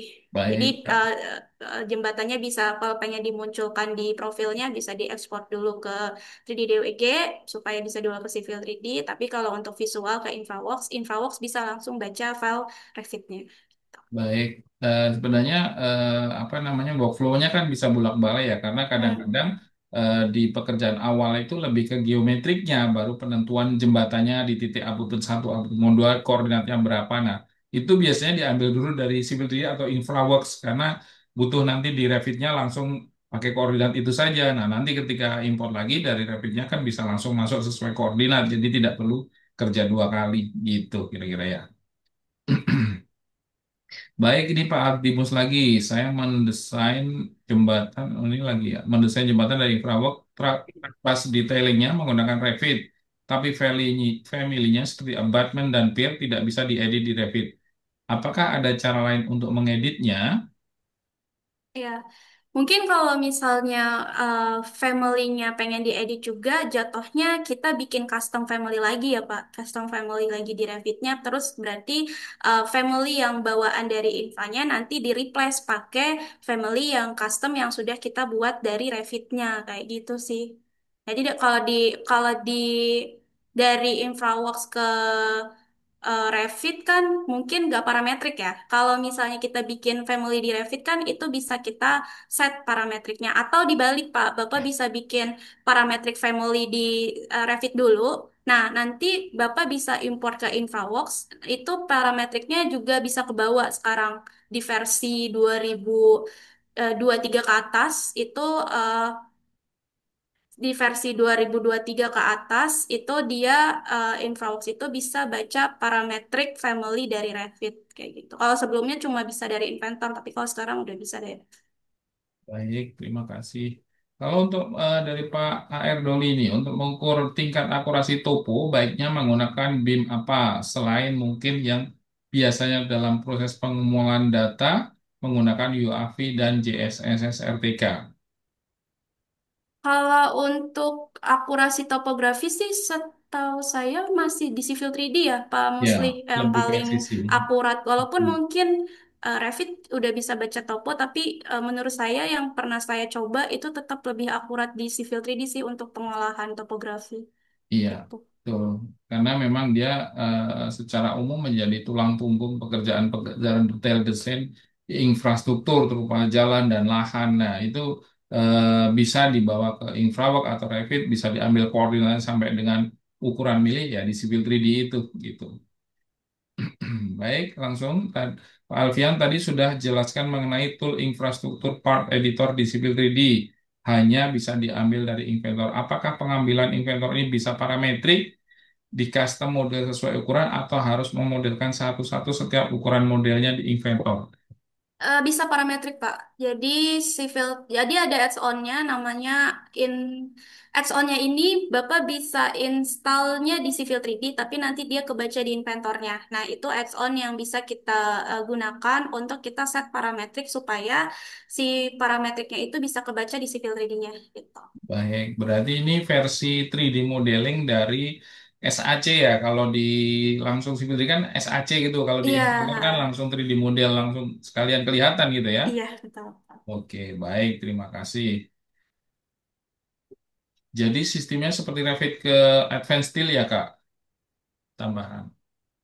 Sistemnya seperti Revit ke, iya mungkin mirip ya. Kalau Advanced Steel kan lebih ke bajanya Aja. ya. Mm-mm. Heeh. Oke, baik, kita lanjutkan. Kalau di Praba dari Pak Muhammad Iqbal ada Midas nggak? Ada, nanti hubungi admin. Oke, Pak Xiaomi. Nah, ini kemarin sudah saya info untuk tidak menggunakan merek HP. Nanti sertifikatnya juga namanya Pak Xiaomi ya. Apakah si builder ini bisa menghitung kapasitas water pond dan menghitung catchment, quantity minimal dan maksimal, bukan menggunakan CM Ultimate? Secara sederhana bisa. Ada toolsnya kemarin saya sempat coba tapi agak lupa. Tapi saya pernah coba itu bisa untuk kita hitung kapasitas pon. Jadi nanti bisa dapetin reportnya juga itu dia volume kapasitasnya berapa. Kalau Kalau ICM kan lebih advance lagi ya, bisa sampai Hmm. analisa banjir gitu. Tapi kalau misalnya untuk misal kawasan development sederhana itu masih bisa diakomodir sama civil 3D sih. Iya, untuk manual juga bisa dengan penghitungan surface lewat elevasi tertentu dia bisa menghitungkan volume isinya ya. Cuman memang nggak disebut isinya air, yang penting volumenya aja gitu. Izin dari Pak Mawar, analisis apa saja yang bisa dilakukan di formal dan Tadi ya, bentuk dokumennya seperti apa? eh, untuk analisanya itu bisa tadi solar analisis, bisa juga untuk kita lakukan seperti generate model bangunannya seperti apa, analisa kebisingan, kemudian temperatur gitu ya. Kalau hasil dokumennya bisa mungkin report XML gitu ya. Sama biasanya sama kayak di InfraWorks juga kita bisa melakukan analisa, tapi palingan reportnya dalam bentuk XML itu sih. Oke, baik. Ini dari Pak. Oh ya, tadi bawahnya dalam XML gitu ya. Hmm. Jadi belum bisa dalam bentuk report secara seperti Word Excel yang di apa kayak Civil 3D gitu ya. XML kan Manual, kadang-kadang harus manual diterjemahkan lagi ya. paling copy paste aja kan Oke. Excelnya Ya, memang gitu. setiap software tidak bisa 100% sesuai harapan kita ya. Ada beberapa yang harus kita punya tricky, beberapa tambahan software ini itu untuk menghasilkan sesuai yang kita harapkan gitu ya. Oke, Pak Muhammad Wirawan mau nanya untuk BIM 4 sampai 5D pakai aplikasi apa saja, Kak?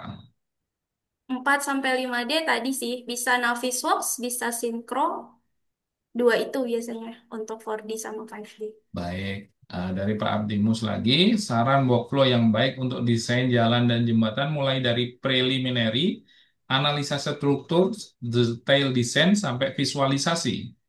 Ya, kalau preliminary itu bisa dari InfraWorks dulu. Jadi kita bikin koridornya, terus nanti kita tempatin jembatannya itu ada di STA berapa sampai berapa. Nanti bisa dapetin langsung girdernya, piernya, sampai pondasinya. Di dalam InfraWorks itu juga bisa kita lakukan analisa girder. Analisa girder itu bisa langsung di infraworks, tapi kalau misalnya lebih ke kekuatan sampai ke mungkin gempa atau anginnya, mungkin butuh software lain, mungkin seperti Tekla dan lain sebagainya. Detail design, so far Civil 3D dan Revit, visualisasi, balik lagi ke infraworks, atau kalau pengen lebih advance lagi bisa di-render di Twinmotion.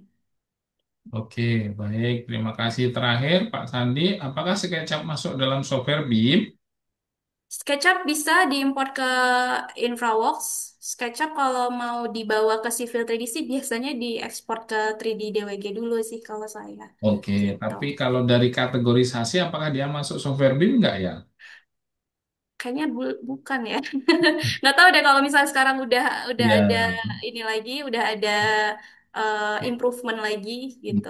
Jadi esensi BIM itu adalah di informasinya itu. Jadi part dari masing-masing drawing, apakah sudah mengandung informasi atau ketika klik properties berarti dia garis saja. Seperti AutoCAD kan ketika ini ada beberapa ya garis line, polyline, circle. Nah itu aja. Walaupun sedetail apapun bangunannya terdiri dari garis ya kita klik ya informasinya garis, polyline atau line seperti itu kan. Kalau AutoCAD kan gitu ya. Nah, mungkin kalau SketchUp ke depan bisa berapa adaptasi atau mungkin berubah ya bisa juga ya untuk saat ini, tapi saya rasa masih belum karena dia lebih untuk mempercepat modelingnya saja.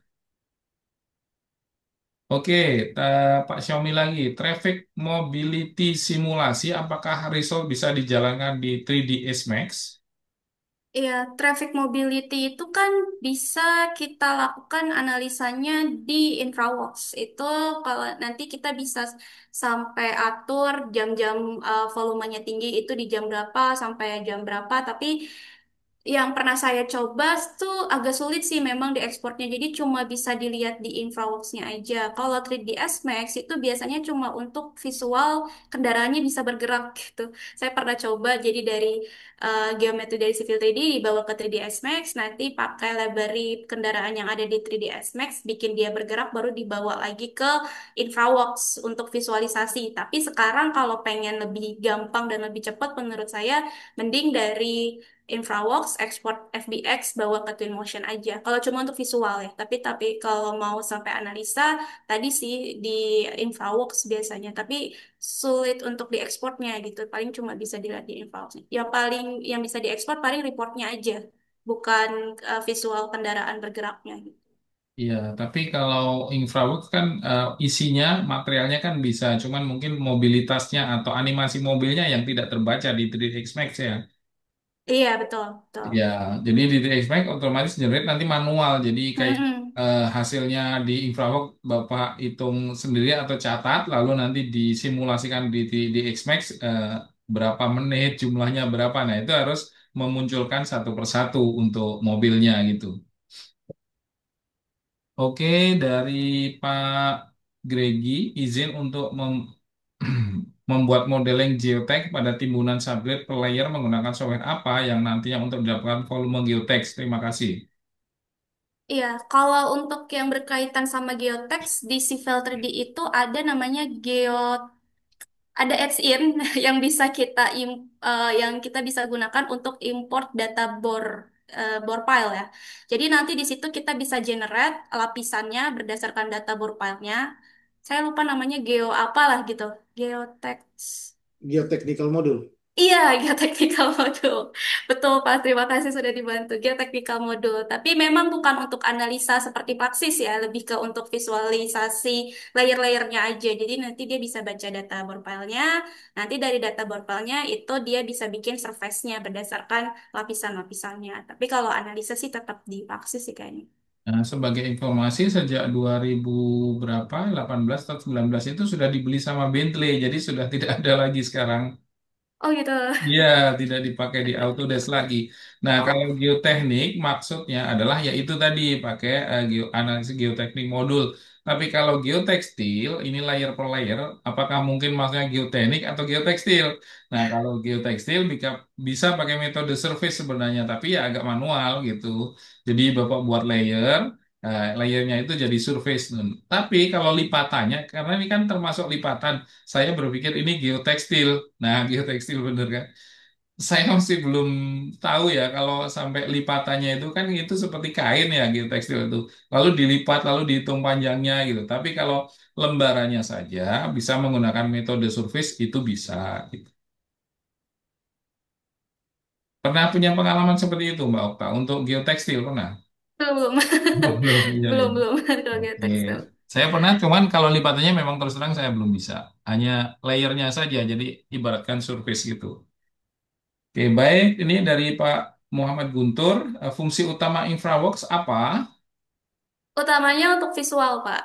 Oh, untuk visual. Jadi Ya. visual di awal sama visual di akhir itu pakai infraworks kayak gitu. Sebenarnya, Adapun memang dia mm, punya seperti simulasi mobility simulation atau kayak tadi girder itu tapi cuma secara konseptual aja, beda detail sih gitu. ya betul. Termasuk ada bikin jembatan di situ, tapi jembatannya secara visual sudah bagus, namun tingkat akurasi dan presisinya masih harus diupdate di Revit ya, karena itu banyak keterbatasan. Tapi untuk apa namanya presentasi awal itu sudah sangat bagus, sudah terkesan lah. Ya, nanti kita bisa siapkan untuk InfraWorks dikawal sama Mbak Okta. Oke, baik, sudah habis. Ini belum ada jam 9, tapi Alhamdulillah sangat ramai sekali yang nanya juga banyak. Ini hari keempat, mudah-mudahan nanti kita bisa melanjutkan di bulan-bulan berikutnya. Tadi ada ide dari Pak Marwan untuk bikin linkage beberapa software, nanti kita bisa siapkan tentunya. Nah, ini tidak cukup 2 jam kayaknya. Ini biasanya sehari atau dua hari kemungkinan ya, online 2 hari gitu ya. Nanti kita akan siapkan formnya. Nah, ke depan ada ide-ide apa lagi silahkan nanti semua masuk grup. Nah, di situ ditanyakan. Memang pas tidak ada acara saya mute nanti hari Minggu boleh saya buka sekedar kasih saran karena kalau dibuka semua banyak komen-komen yang ini hanya bercanda gitu takutnya ya agar grupnya menjadi sebuah grup yang berisi wawasan saja karena kalau grup bercanda pasti sudah dari alumni, dari tetangga, dari RT, dari ini sudah banyak itu ya. Jadi memang di Praba agak strict, mohon maaf gitu ya. Jadi untuk menyebar ilmu pengetahuan aja. Baik, terima kasih banyak Mbak Okta waktunya ya. Di sela-sela kesibukan masih bisa menyempatkan waktu. Terima kasih juga kepada 3 trainer sebelumnya. Terima kasih juga kepada para peserta yang masih setia di hari yang keempat ini. Semoga apa yang kita upayakan, waktu kita di sela-sela kesibukan masih sempat mendengarkan, itu menjadi ikhtiar kita untuk menambah ilmu pengetahuan gitu ya. Semoga kita bertemu di lain kesempatan. Saya ucapkan Assalamualaikum warahmatullahi wabarakatuh. Sukses untuk Mbak Okta, Waalaikumsalam. sukses untuk Waalaikumsalam seluruh warahmatullahi peserta. wabarakatuh. Terima kasih. Waalaikumsalam warahmatullahi Siap, terima wabarakatuh. kasih semuanya. Izin Terima kasih, Bu. pamit. Terima kasih, Terima Pak. kasih Terima Bu kasih. Okta. Terima kasih. Assalamualaikum warahmatullahi Pak wabarakatuh. Terima Rojak, kasih, sama Pak. Pak Rojak. Sama-sama. Terima kasih.